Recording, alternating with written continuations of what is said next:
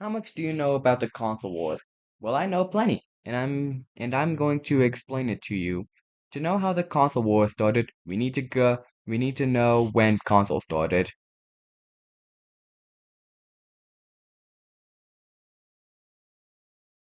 For that, we have to go back to the year 1972, when Magnavox released the Magnavox Odyssey, which became the first home console ever.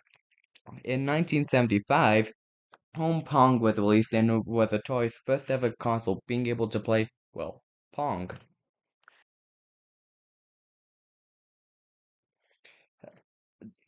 And in 1977, the Atari 2600 released and it was a huge success, selling over 30 million units and being Atari's biggest success in the 70s.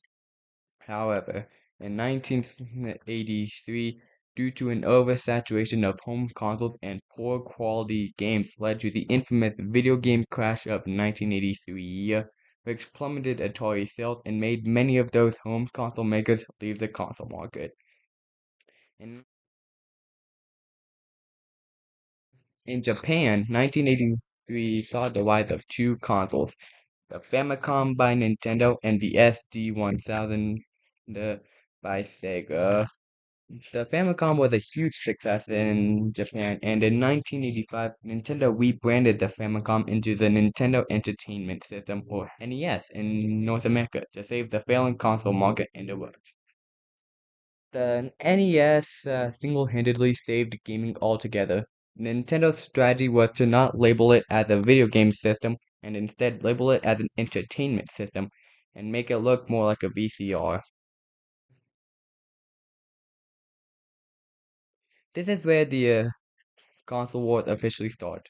In 1989, Nintendo dominated the console market, but there was one competitor that would cause the first console war. Sega barely beat the NES with the Master System. Sega decided to release the Sega Genesis in North America, or the Mega Drive everywhere else. Sega did need to think outside the box and made their advertisements take direct shots at Nintendo, with their famous one being Genesis does what Nintendo don't, and it worked.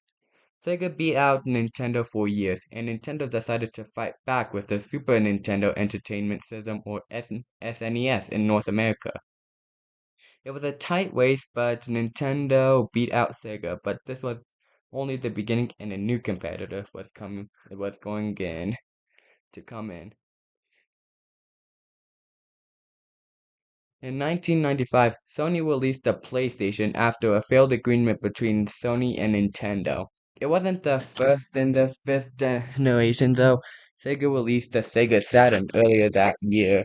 The Saturn wasn't a success though, and it marked the end for Sega in the console market. Nintendo released the Nintendo 64 in 1997, and it was the first console with official 64 bits inside of it, making it the strongest console in the generation, but it couldn't beat out the PlayStation, only being able to sell 30 million units, putting it in second place against the PlayStation's 100 million units. Sony won the fifth generation, but was going to get a new competitor in the sixth.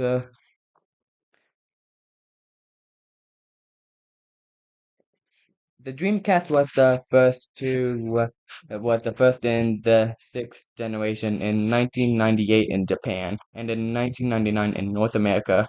It was considered ahead of its time for being the first console with an online multiplayer system and being able to download DLCs. But it was unfortunately a commercial failure and it led to Sega leaving the console market altogether and becoming a third-party developer. The other consoles in the sixth generation were the Nintendo GameCube, the PS2, and the new competitor, the Xbox by Microsoft. The PS2 won the generation and became the most sold console ever, with currently over 160 million units sold. The Xbox got second place and the GameCube got third.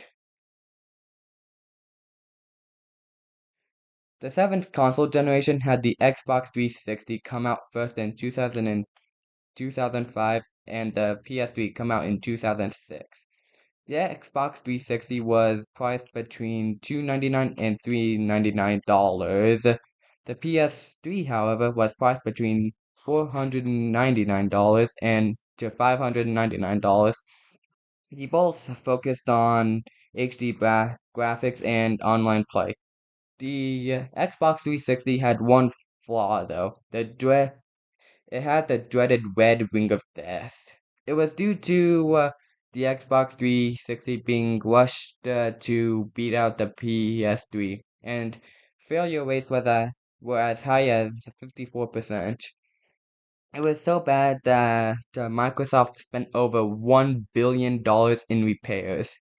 The PS3 sold the 87 million units, and the Xbox 360 sold the 84 million units, but the Nintendo Wii crushed both of them, selling over 100 million units, winning the seventh console generation, which made Sony and Microsoft do motion controls on their consoles. The Wii U launched in 2012 and it confused consumers if it was an add-on to the Wii or was a new console, and it had very poor marketing. In 2013, the PS4 released and the Xbox One released. A week later, the PS4 focused on games while the Xbox One focused more on being an all-in-one entertainment system, and the Xbox One was bundled with the Kinect. The Xbox needed to be connected to online at all times. It blocked used games, and it needed the Kinect to be connected at all times. The PS4 won the eighth generation with 117 million units compared to the Xbox One, the 58 million units, and the Wii U's 13 million units. The Nintendo Switch launched in 2017, marketed as a hybrid console, being able to play on the go or at home. It was an instant success and sold over 155 million units currently. The official consoles of the ninth generation are the Xbox Series X and S on November 10th, 2020, and the PS5 launched on November 12th, 2020, my birthday. Microsoft focused on making a connected experience and backward compatibility to the original Xbox. The PS5 makes power, speed, and next-gen exclusives its focus. Since they were released during the pandemic, it was extremely difficult to get one of them. The PS5 is winning the ninth generation with 92 million units sold, while the Xbox Series X and S has sold over 34 million units. The, the Nintendo Switch 2 is considered to be in the 10th generation, but it is widely debated. However, they're still getting a mention. They are currently the fastest selling console ever and have currently sold over 17 million units.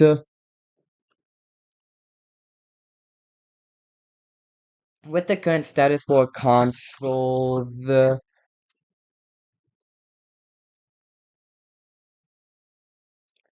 with the current status for consoles and Microsoft moving to cloud gaming for the Xbox, this raises this question. Are the console wars ending? I personally thought the console wars were going to end, but when I heard that Sony is taking its exclusives back from Steam, it changed my opinion, and now I think the console wars are not ending yet. But if there was a winner, who would it be? I personally think Nintendo won because they still keep their exclusives, while Sony and Microsoft share their exclusives with each other. But I'll let you guys decide on that in the comments. And with that, I'd like to thank you so much for watching. Please like and subscribe, comment who you think the winner will be, and I'll see you in the next video. See ya!